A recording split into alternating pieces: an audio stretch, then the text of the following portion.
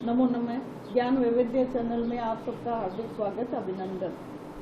अपने विज्ञान का कक्ष चल रहा है जिसके अंदर हम 9वां लेसन कर रहे हैं। 9वां लेसन जो है वो प्रकाश से रिलेटेड है और उसका तीसरा भाग हम आज लेने जा रहे हैं, जिसके अंदर कल मैंने बताया था कि किस प्रकार से अवतल और उत्तल दर्पण से प्रतिबिंब को प्राप्त किया जाता है, तो किरणों को किस प्रकार से बिंब से किरणों का किस प्रकार से आपतन होता है और फिर परावर्तन होता है। ये विभिन्न प्रकार से हमने कल देखा था। आज हम देखते हैं कि अवतल दर्पण जो है उस अवतल दर्पण से प्रतिबिंब कैसे बनता है। इसके लिए सबसे पहले एक सारणी बनाते हैं। सारणी का मतलब ये है कि उसके अंदर विभिन्न प्रकार के कॉलम है, उन कॉलम को पूरा करते हैं। इस साइड में बना लेते हैं जिससे कि आप लोगों के लिए इधर आरेख बना करके बताया जा सके, यानी किरण पुंज को हमें बताना है। सबसे पहले हम लेते हैं कि बिंब है वो कहाँ पर रखा है, यानी बिंब स्थिति। दूसरा हम लेते हैं प्रतिबिंब। प्रतिबिंब कहाँ बनता है, प्रतिबिंब की स्थिति, यानी दर्पण के आगे बनता है कि पीछे बनता है कि आगे बनता है तो कहाँ पर बनेगा। तीसरा जो कॉलम है वो होगा हमारा जो प्रतिबिंब है उस प्रतिबिंब का स्वरूप, और चौथा है वो होगा प्रतिरूप, प्रतिबिंब का आकार कि वो कैसा बना है। ये चार प्रकार से हम लेते हैं। जैसे बिंब की स्थिति, वस्तु कहाँ रखी हुई है। प्रतिबिंब की स्थिति, प्रतिबिंब कहाँ बन रहा है, दर्पण के आगे की तरफ बन रहा है कि दर्पण के पीछे बन रहा है। तीसरा प्रतिबिंब का स्वरूप है, प्रतिबिंब वास्तविक है या आभासी है, सीधा है कि उल्टा है। और प्रतिबिंब का आकार है। प्रतिबिंब का आकार का मतलब कि वो छोटा बन रहा है कि बड़ा बन रहा है, समान साइज में, कैसे, विभिन्न स्थितियां लेते हैं। सबसे पहले हम लेते हैं अवतल दर्पण से रिलेटेड पहली स्थिति। पहली स्थिति में मान लिया वस्तु को हमने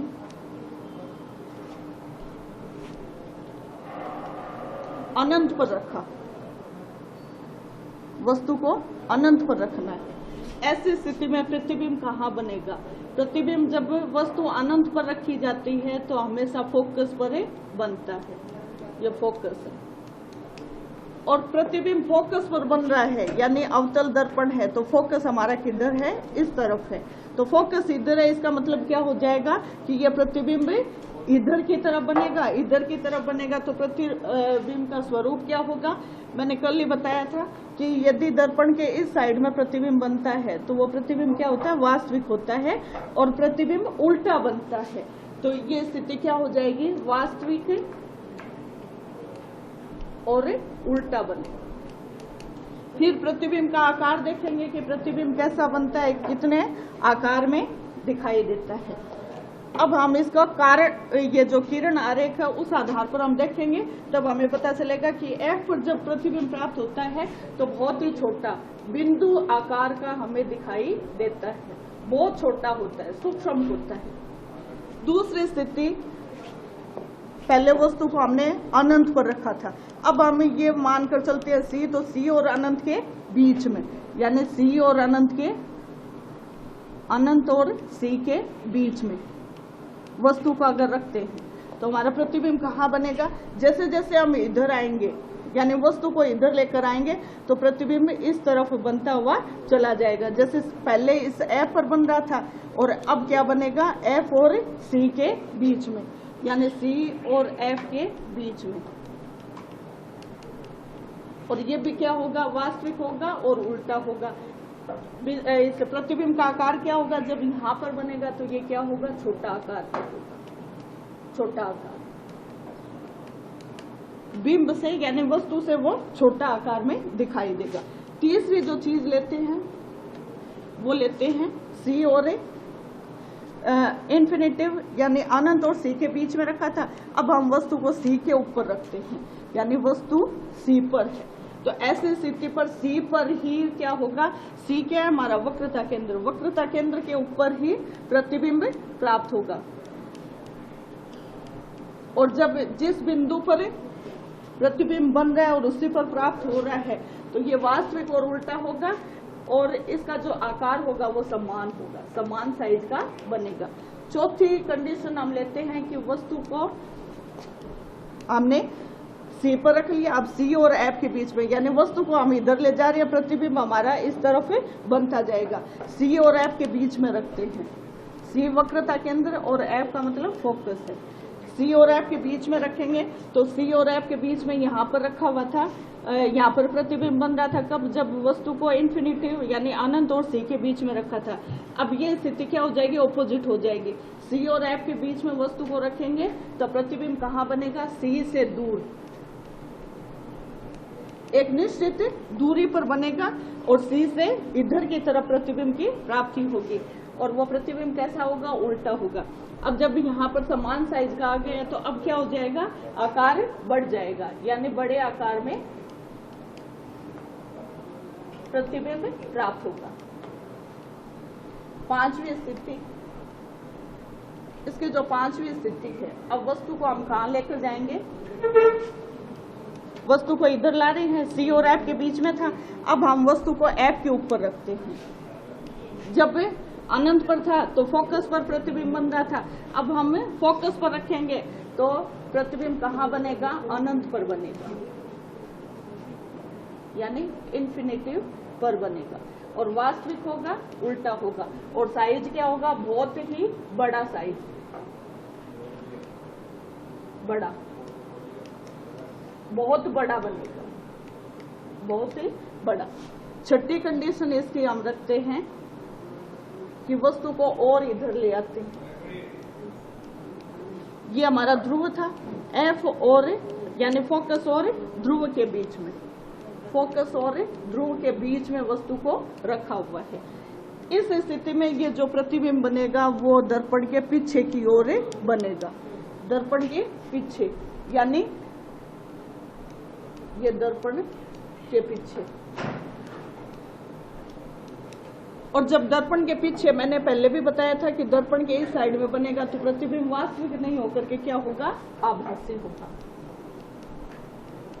आभासी होगा और सीधा होगा। अभी तक तो हमने क्या लिया था, वास्तविक था, उल्टा था यहाँ तक, लेकिन अब क्या हो जाएगा, आभासी होगा और सीधा होगा।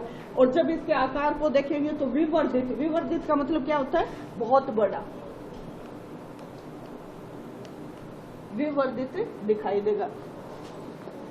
इस प्रकार से बिंदु बिंदु आकार में वो वस्तु की साइज दिखाई देगी। अब हम इनको क्रमशः आरेख के माध्यम से समझेंगे कि इसका किरण आरेख हम कैसे प्राप्त कर सकते हैं। सबसे पहले ये हमने अवतल दर्पण लिया, ये हमारा क्या है, द्वारक है, इसका सेंटर वाला पॉइंट क्या है, वो ध्रुव है। ये हमारी मुख्य अक्ष है, मुख्य अक्ष के ऊपर यहाँ पर हमने सी बना दिया, यानी वक्रता केंद्र है, और ये क्या है, फोकस है।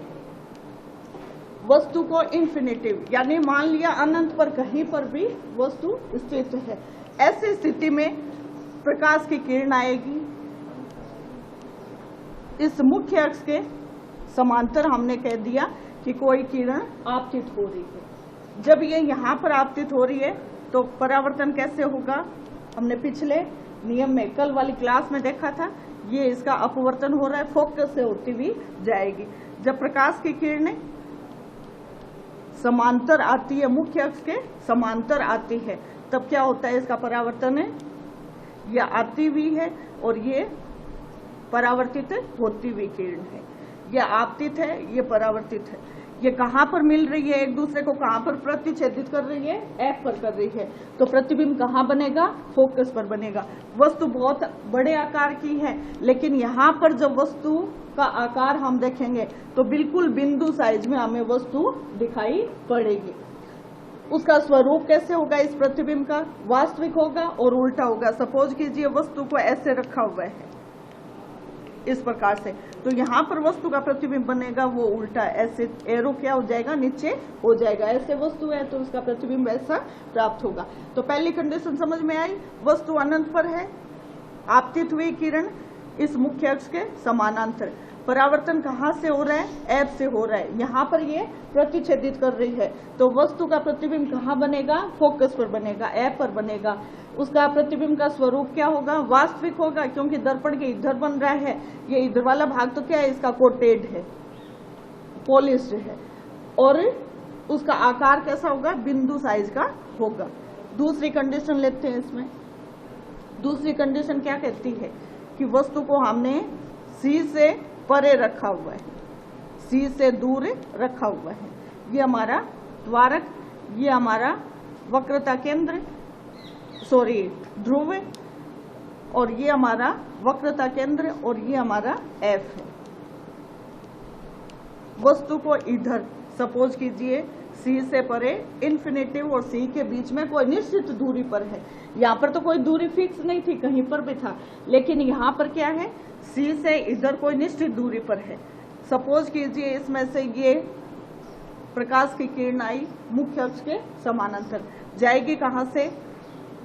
एफ से होते हुए, यानी परावर्तन कहाँ से होगा? एफ से होते हुए होगा। दूसरी किरण हमने बना ली, ये सपोज कीजिए ये वाली है, यानी फोकस से आ रही है, और जब आपतित फोकस से होता है तो परावर्तन कैसे होगा इसका? इस मुख्य अक्ष के समांतर होगा। ये मुख्य अक्ष के समांतर हुआ।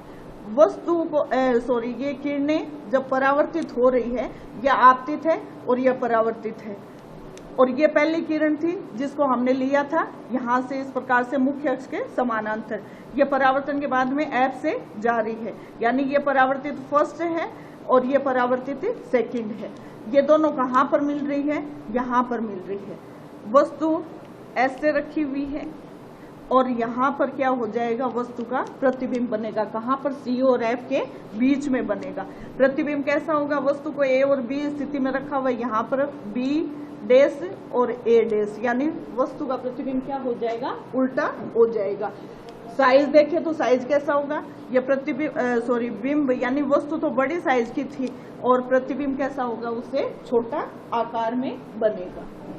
ठीक है, ये दो कंडीशन ली। तीसरी कंडीशन लेते हैं। तीसरी में क्या है? वक्रता केंद्र पर रखा हुआ है। वक्रता केंद्र का मतलब क्या है? ये ध्रुव है और ये हमारा वक्रता केंद्र है, और इसको मैंने मान लिया फोकस है। मान क्या लिया होता है? फोकस है। वक्रता केंद्र है। अब वक्रता केंद्र से मान लिया यहाँ पर वस्तु है, ये वस्तु है। इससे प्रकाश की किरण आई मुख्य अक्ष के समांतर, कहाँ से जाएगी? फोकस से होते हुए परावर्तित हो जाती है। पहली किरण हो गई। दूसरी सपोज कीजिए फोकस से आ रही है और परावर्तन के बाद में कहाँ से जाएगी? ये यहाँ पर है, इसका प्रतिबिंब बनना है, तो परावर्तित होते हुए ये यहाँ से इस बिंदु पर क्या हो जाएगा? इसका प्रतिच्छेदन हो जाएगा, यानी एफ से आई और मुख्य अक्ष के समांतर ये क्या हो गई? परावर्तित हो गई। और वस्तु का प्रतिबिंब कहाँ बनेगा? जहाँ पर ये दोनों आपस में कट रही है, यानी आपस में मिल रही है, यहाँ पर ये प्रतिबिंब बनेगा। और प्रतिबिंब की साइज कितनी होगी? जितना बिंब होगा उतनी ही साइज का क्या हो जाएगा? ये प्रतिबिंब हमें प्राप्त हो जाएगा। तो इस प्रकार से हमने देखा सी पर था, सी पर ही प्रतिबिंब बन रहा है, ए और बी है। अब प्रतिबिंब कैसा बनेगा? बी डैश ए डैश, यानी सी पर बनेगा, समान साइज का होगा और वास्तविक और उल्टा होगा। तीसरी कंडीशन। चौथी कंडीशन पर चलते हैं। चौथी क्या बताती है? सी और एफ के बीच में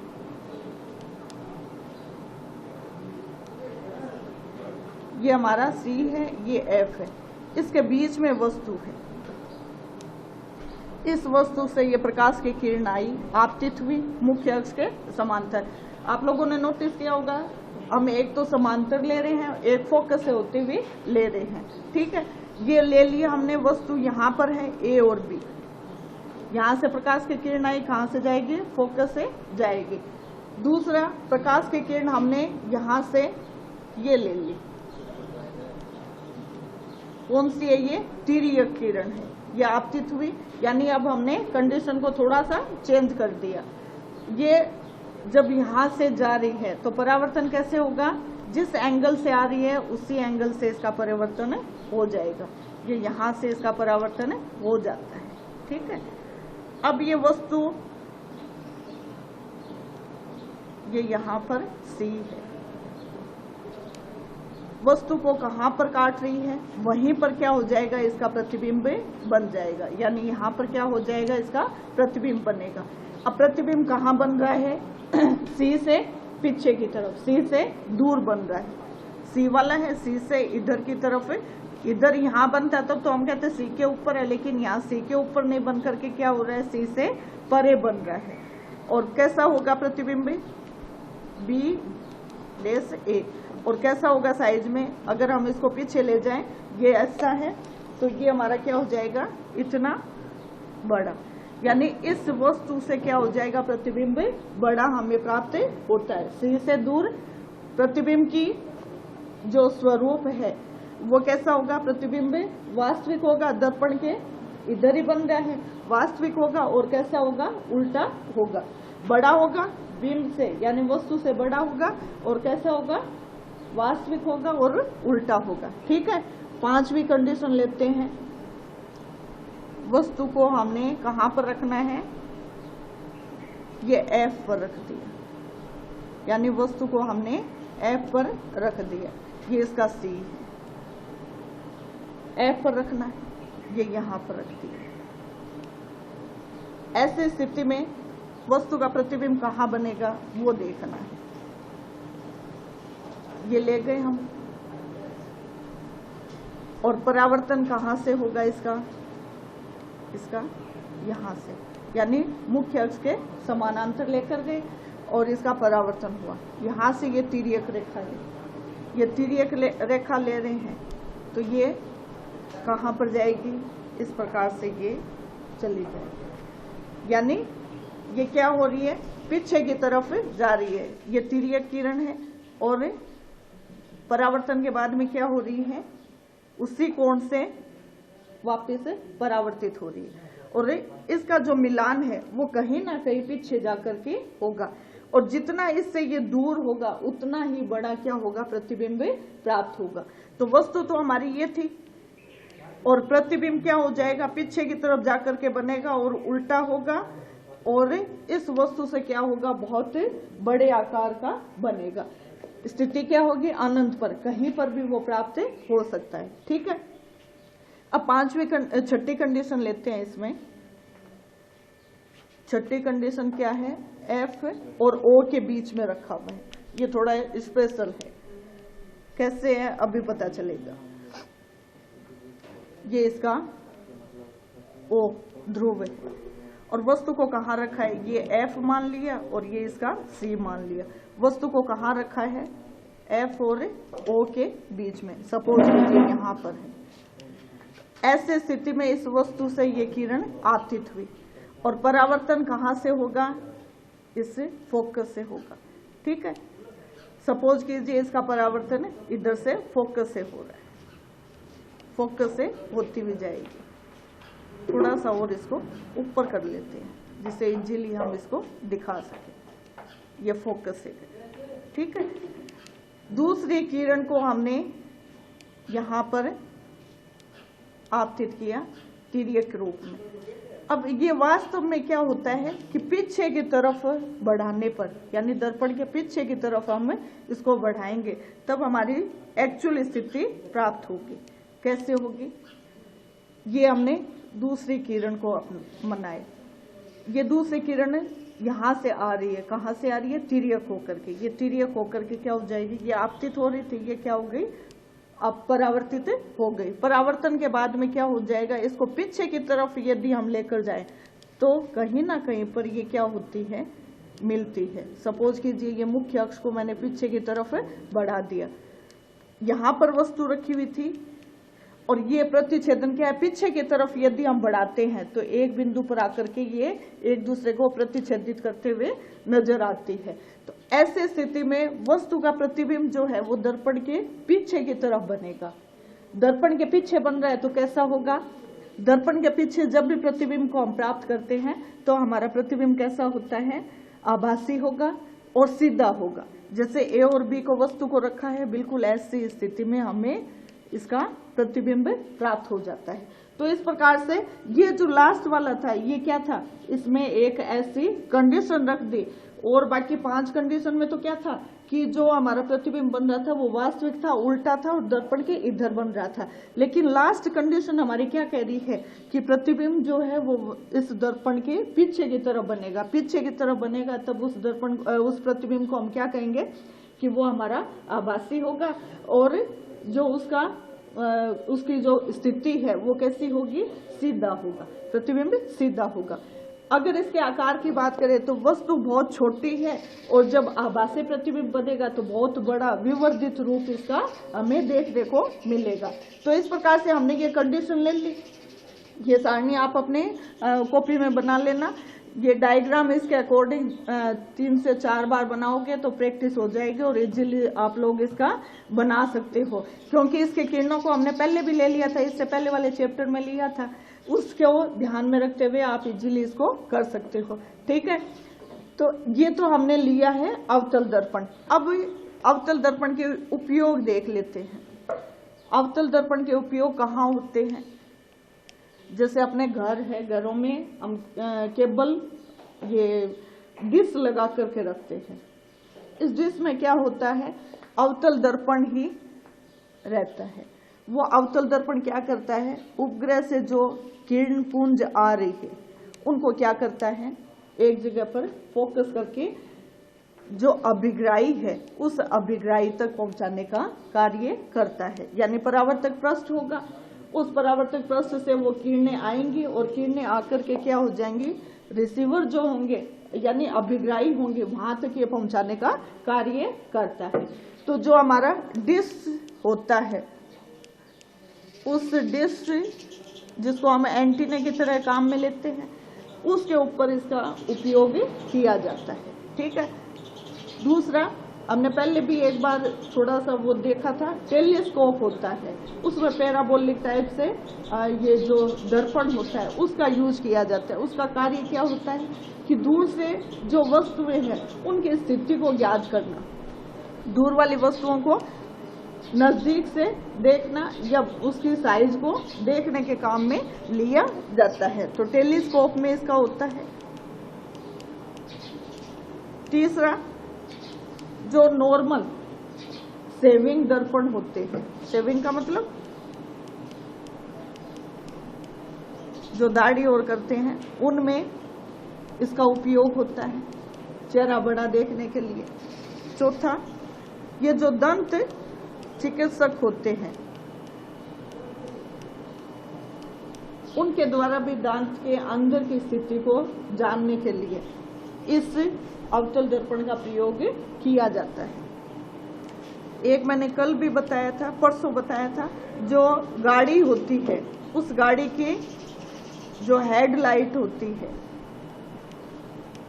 उस हेडलाइट में जो ये दर्पण होता है इसके फोकस के ऊपर बल्ब को लगा दिया जाता है, जिससे प्रकाश की जो किरणें हैं वो समांतर रूप से एक पुंज के रूप में प्रसारित करने में सहायक होते हैं। यहाँ पर यह प्रसारित वैसे नहीं है, क्योंकि इसको तो हम अभिसारी दर्पण कह सकते हैं, क्योंकि ये एक बिंदु पर किरणों को मिलाती है। और उत्तल दर्पण होता है वो क्या करता है, उसको बिखेरता है, पीछे की तरफ वो मिलती हुई नजर आती है, जो कि हमने कल किरण आरेख में देखा था।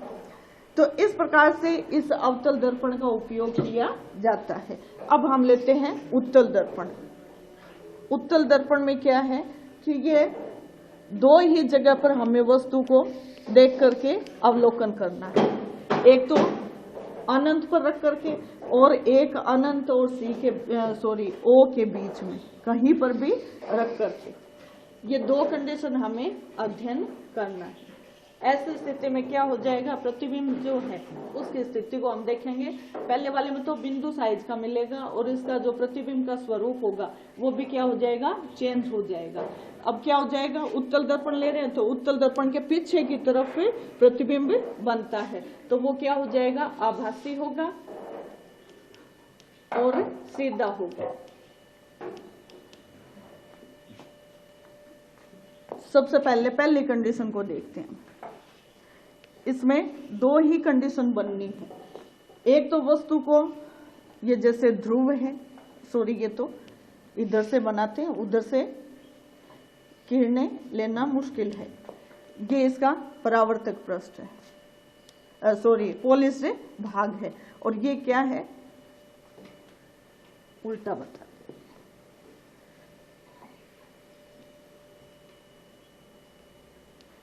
इधर हम वस्तु को रखेंगे, ये तो हमारा परावर्तक पृष्ठ होगा और ये क्या हो जाएगा, पॉलिश्ड भाग होगा। ठीक है, अंदर की तरफ हम पॉलिश करते हैं, ये वाला परावर्तक का कार्य करेगा। तो ऐसी स्थिति में इसका जो C है, ये तो इसका O है, O का मतलब ध्रुव है, ये इसका F मान लिया और ये इसका यहाँ पर C मान लिया। वक्रता केंद्र, ये फोकस है और ये ध्रुव है और ये द्वारक है, ये इसकी मुख्य अक्ष है।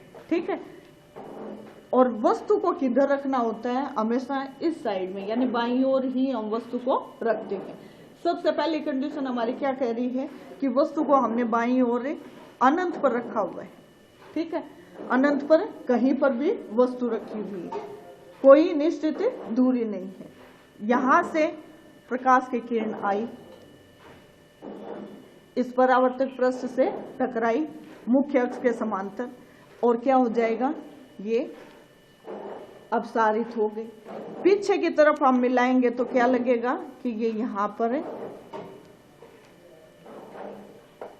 फोकस से परावर्तित होते हुए नजर आती है। ठीक है, पीछे की तरफ हम मिलाते हैं डॉट डॉट से, तब हमें लगेगा कि ये फोकस से परावर्तित हो रही है। दूसरी ओर लेते हैं, इसी के समांतर ये आपतित हुई, और आपतित होने के बाद में ये क्या हो गई, अपवर्तित हो गई। इसको भी यदि हम पीछे की तरफ ले जाएं तो ये फोकस से आती हुई नजर आती परावर्तन के बाद में। तो इनका प्रतिच्छेदन कहाँ हुआ, F के ऊपर। तो प्रतिबिंब कहाँ बनेगा, F के ऊपर बनेगा। वस्तु कहाँ है, अनंत पर है, इधर बाईं साइड में है, और फोकस हमारा कहाँ है, दाएं साइड में, यानी दर्पण के पीछे की ओर। दर्पण के पीछे की ओर है तो दर्पण के पीछे प्रतिबिंब कैसा होगा, आभासी होगा, वास्तविक नहीं होगा। अब प्रतिबिंब आभासी होगा। वस्तु को ऐसे रखा हुआ है तो वस्तु ऐसी की ऐसी ही इधर प्रतिबिंब को बनाएगी। अवतल दर्पण में अभी हमने देखा था ना लास्ट वाला, कि जब फोकस और ध्रुव के बीच में वस्तु को रखते हैं तो प्रतिबिंब दर्पण के पीछे बनता है। तो ऐसी कंडीशन है, और प्रतिबिंब कैसा होगा, सीधा होगा, सीधा होगा और आभासी होगा। साइज क्या होगी, बिंदु साइज के, F पर बन रहा है। अवतल दर्पण में भी F पर बन रहा था तो बिंदु साइज का था, और यहाँ पर भी बिंदु साइज का रहता है। अब वस्तु की कंडीशन क्या दी हुई है, O और अनंत के बीच में किसी भी दूरी पर हम वस्तु को रखते हैं। दूसरी कंडीशन हमारी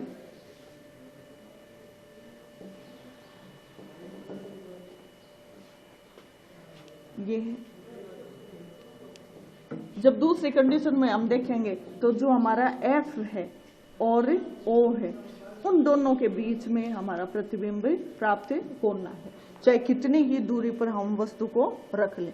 ये हमारा C मान लिया, ये हमारा F मान लिया, ये हमारा O मान लिया, और वस्तु को O और अनंत के बीच में कहीं पर भी, सपोज कीजिए निश्चित दूरी पर हम रखते हैं, यहाँ पर रखा, ये किरण क्या हो गई, अपवर्तित हो गई परावर्तित पृष्ठ से। पीछे की तरफ हमें क्या महसूस होगा कि ये O के पास से, सॉरी F के पास से आ रही है, परावर्तित हो रही है। ठीक है, पहली कंडीशन। दूसरी कंडीशन क्या है कि किरण को, दूसरी किरण को हम लेकर जाते हैं कि ये तिर्यक किरण है। तिर्यक किरण तो क्या होती है, यहीं से वापस से लौट जाती है। ठीक है, इधर से हम देखें इसको, अगर हम पीछे की तरफ बढ़ाएं तो क्या हो जाएगा, ये इस प्रकार से पीछे से आती हुई नजर आएगी। यानी ये परावर्तन कहाँ से हो रहा है, पीछे की तरफ से परावर्तित होती हुई आ रही है। दो किरणें सफिशिएंट होती है इनको मिलाने के लिए, तो वस्तु का प्रतिबिंब कहाँ बनेगा, F के ऊपर तो है नहीं, O और F के बीच में बनेगा, O और F के बीच में प्राप्त होगा। प्रतिबिंब कैसा होगा, ये जैसे AB है, सीधा है, प्रतिबिंब हमें कैसे प्राप्त होगा, ए डे से बी डे से बिल्कुल सीधा हमें प्रतिबिंब प्राप्त होता है। कहने का मतलब कि यदि वस्तु को हमें इधर रखे हुए हैं और प्रतिबिंब हमारा इधर बन रहा है तो हमेशा इधर प्रतिबिंब बनेगा, तो वो कैसा होगा, आभासी होगा और सीधा होगा। साइज में कैसा होगा, छोटा होगा, आभासी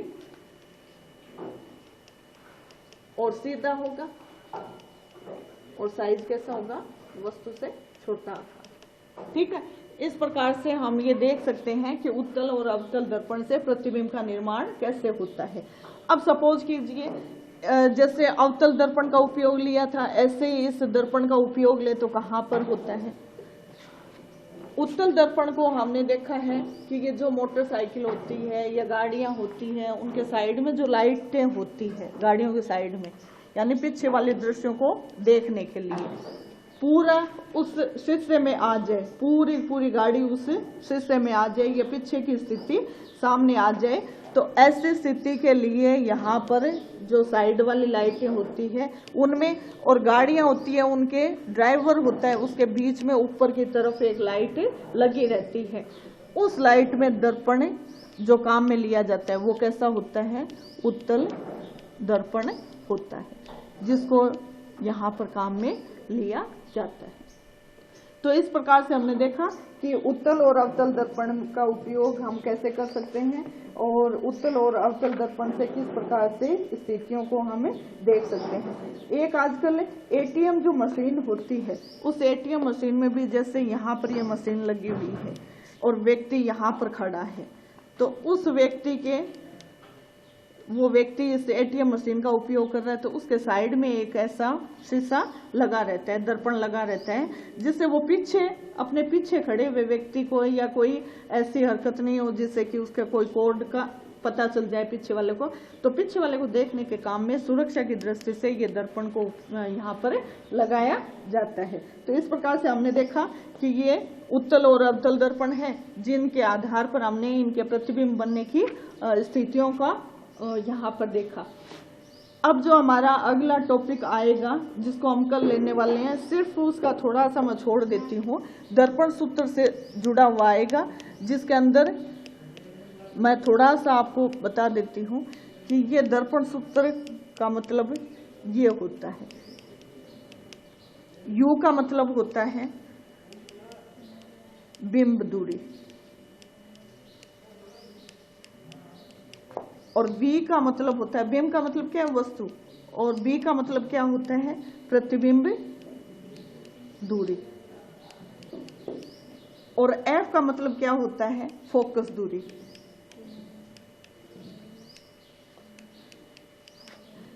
इनको अब एक छोटे से एग्जाम्पल से हम देख लेते हैं कि ये हमारा अवतल दर्पण है। अवतल दर्पण में ये O है और ये हमारा F है और इसको हमने कह दिया C। तो F और O के बीच की जो दूरी होती है उसको हम क्या कहते हैं, स्मॉल f, यानी फोकस दूरी कहते हैं।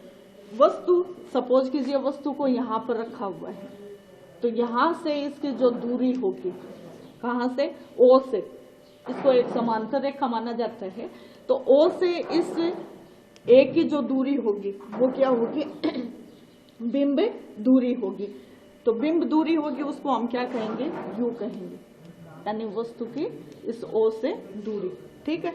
तीसरा हमने क्या लिया, V का मतलब क्या है, प्रतिबिंब। सपोज कीजिए ये वस्तु यहाँ पर रखी हुई है और F पर इसका प्रतिबिंब बन रहा है, ठीक है, यहाँ पर बन रहा है, छोटी साइज का होगा, लेकिन यहाँ पर क्या बन रहा है, प्रतिबिंब बन रहा है। ऐसे स्थिति में ये O से यहाँ तक की जो दूरी होगी वो दूरी क्या हो जाएगी, हमारी प्रतिबिंब की दूरी, जिसको हम क्या कहेंगे, V कहते हैं। वैसे F और O से बीच की दूरी होती है उसको हम क्या कहते हैं, फोकस दूरी कहते हैं।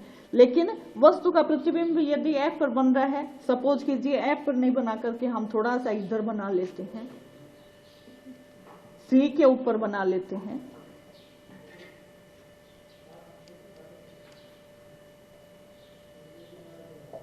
ये आपतित किरण है, ये परावर्तित किरण है, और दूसरी हमने ये तिर्यक वाली किरण ले ली, ठीक है। और इसको सपोज कीजिए यहाँ पर वस्तु रखी हुई है, वस्तु यहाँ पर रखी हुई है और ये तिर्यक वस्तु का प्रतिबिंब यहाँ बन रहा है, तो ये वाली जो दूरी होगी वो क्या हो जाएगी, v हो जाएगी। और हमने कार्तीय चिन्ह पद्धति से देखा था कि यदि दर्पण के इस साइड में ये वाली स्थिति थी, इधर ऊपर जाएंगे तो प्लस है, इधर जाएंगे तो प्लस है, और इधर आएंगे तो माइनस है, नीचे आएंगे तो माइनस है, और दर्पण के इधर की तरफ वस्तु रखी हुई है, तो इसका मान क्या आ जाएगा, दूरी है तो दूरी माइनस में आएगी। ठीक है, वस्तु हमेशा उत्तल हो या अवतल हो, दोनों में इधर लेकर रखते हैं। दूसरा, फोकस F जो है वो इधर ही आना है, तो इधर आना है किस में, अवतल दर्पण में, तो वो क्या हो जाएगा, वो भी हमेशा क्या रहेगा, माइनस में रहेगा। अब बात V की है, तो जो हमने अवतल दर्पण में स्टार्टिंग की 5 अवस्थाएं ली थी, उसमें तो प्रतिबिंब इधर बन रहा था, इधर बन रहा है, इस साइड में है, तो वो क्या हो जाएगा, नेगेटिव होगा, उसकी दूरी क्या होगी, नेगेटिव होगी। और छठी जो कंडीशन ली थी कि F और O के बीच में वस्तु को रखा हुआ था, तो प्रतिबिंब कहाँ बन रहा था, दर्पण के पीछे की तरफ बन रहा था, तो ऐसी स्थिति में वो क्या हो जाएगा, उसकी दूरी पॉजिटिव आ जाएगी। और उत्तल दर्पण होता है, उसमें बनता ही सिर्फ इधर है, तो उसकी दूरी भी क्या हो जाएगी, पॉजिटिव आएगी। तो इस प्रकार से हम आगे जब भी इनके माध्यम से कोई सवाल न्यूमेरिकल करते हैं, तो आप लोगों को ये नोटिस में होना चाहिए कि किस प्रकार से वस्तु और प्रतिबिंब की दूरी आदि को आंकलित किया जाना है। तो इन सूत्रों के माध्यम से हम कल इसको लेकर के करेंगे। धन्यवाद।